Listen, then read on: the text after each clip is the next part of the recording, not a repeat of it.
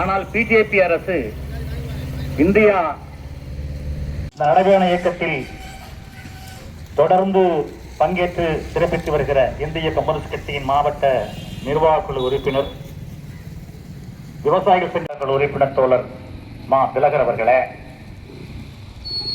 தமிழ்நாடு விவசாய சங்கத்தினுடைய புதுக்கோட்டை மாவட்ட செயலாளர் தோழர் செல்வராஜ் அவர்களே, ஆலங்குடி இந்திய கம்யூனிஸ்ட் கட்சியின் நகர செயலாளர் எம்என் முத்துக்கருப்பன் அவர்களே,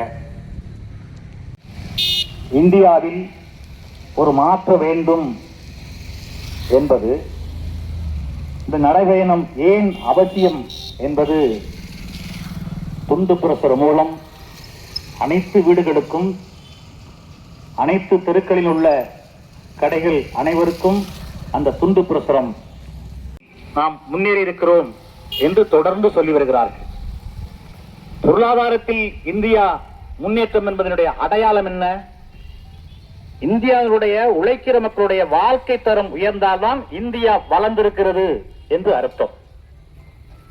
ஆனால் இந்தியாவில் ஏழை மக்களுடைய எண்ணிக்கை நாளுக்கு நாள் அதிகரித்து வருகிறது என்று சொல்லி நேற்று முன்தினம் உலக வங்கி ஒரு ஆய்வை சொல்லி இருக்கிறது.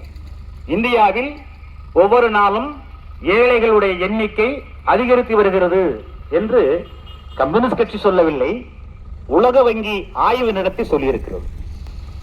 அதுதான் உண்மை. இன்றைக்கு விலைவாசி ஏற்றத்தால் உழைக்கிற மக்கள் மொழிபதுங்கி நிற்கிறார்கள்.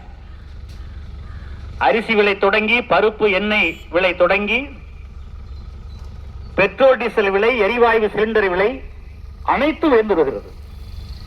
இந்தியாவை ஒரு டிஜிட்டல் இந்தியாவாக மாற்றுவோம், எல்லோரும் அந்த டிஜிட்டல் வளையத்துக்குள் இந்திய மக்கள் வந்துவிட வேண்டும் என்று சொல்லி மோடி தொடர்ந்து சொல்லிக் கொண்டிருக்கிறார். அடுத்து எல்லோரும் டிஜிட்டலில் பண பரிவர்த்தனை செய்யுங்கள், யூபிஐ, ஜிபே இலவசம். இதுவரையிலும் இப்ப நேற்று 2 தினங்களுக்கு முன்னால் நாடாளுமன்றத்தில் நரேந்திர மோடி புதிய மசோதா தாக்கல் பண்ணி அந்த பணவர்த்தனை செய்கிறதற்கும் கட்டணம், சிறு நிறுவனங்கள் பெருநிறுவனங்களுக்கு பண பரிவர்த்தனைக்கு தான் கட்டணம், ஆனா எல்லோருக்கும் இல்லை என்று சொல்லிடுறாங்க. ஆனா நடைமுறையில் எல்லோருக்கும் வர இருக்கிறது கட்டணம். அப்போ ஒரு நாளைக்கு நம்ம செல்பேசி வச்சிட்டு இருக்கோம்னா ஒரு 5 நிமிடத்துக்கு 5 ரூபாய் 10 ரூபாய் என்று நாம் பேச பேச கட்டணம் கூடிக்கொண்டே போகிறது. இந்த விலைவாசி உயர்வு ஏற்றம் எதனால் போச்சு? இனிமேல் வேலை இல்லை என்கிற முறையில் நிரந்தர நியமனம் கிடையாது, நீக்கிட்டாரு Narendra Modi. Contract outsourcing, அத்தை கூலிக்கு நியமனம் பண்ணிக்க அப்படின்னு நரேந்திர மோடி சொல்லிட்டாங்க. அப்ப வேலை வாய்ப்பு காலி பணியிடங்கள் இருப்பதற்கு அரசு தயாராக இல்லை. தமிழ்நாட்டில் மட்டும் 40,000 பேர் படித்த இளைஞர்கள் வேலை கேட்டு விண்ணப்பிச்சிருக்கிறாங்க. 1,00,000 காலி. தொடர்ந்து போராட்டம்.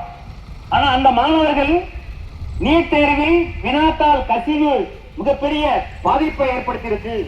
உடனே கல்வியமைச்சர் பதவி விலகணும் அப்படின்னு டெல்லி அரசால் பாதிக்கப்பட்ட அந்த இளைஞர்கள் சமூக வலைதளங்களிலேயே உரையாடி பல லட்சம் பேர் திரட்டி நாடுபுறம் போராட்டம். தமிழ்நாட்டில் தாவேக அரசு அந்த போராட்டத்திற்கு அனுமதி கொடுக்கல, தாவேக அரசு.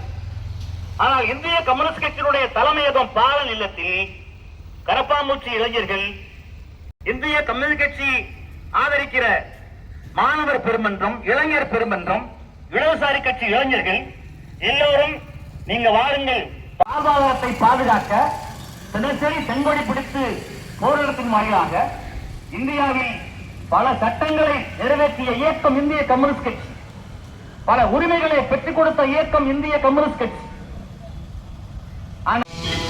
ஆனால் நாங்கள் யார் பக்கம் நிக்கிறோங்கிறத கேள்வி. யார் ஆதரித்தாலும் நான் யார் பக்கம் நிக்கிறோம்? விவசாயி பக்கம், உழைப்பாளி மக்கள், விவசாய தொழிலாளி பக்கம், நடுத்தர மக்கள் பக்கம். சிறு குறு தொழில் எல்லாம் பாதுகாக்கப்படணும், பொதுத்துறை எல்லாம் மூடாத, பொதுத்துறையை பலப்படுத்து, மக்கள் எல்லாம் ஒன்று சேர வேண்டும், போராட வேண்டும். எனவே அதற்கு தொடர்ந்து நடைபெற இயக்கம் எங்கள் தோழர்கள் வீடு தேடி 10 தினங்கள் எப்ப 30 வருஷத்துக்கு முன்னாடி அப்பேற்பட்ட இந்திய கம்யூனிஸ்ட் கட்சி 10-50 பேர் என்னதான் தம்பரமாக ஆட்சி மாற்றத்தை உருவாக்குவதற்கு இந்தியா பூராவிலும் மிகப்பெரிய போராட்டம். இன்னைக்கு மின்சாரம் அன்பான பீசுக்கட்டை எடுத்தால் தோள்பட்டை உடைப்போம். அந்த உணர்வு 10,000 பேரை திரட்டி புதுக்கோட்டை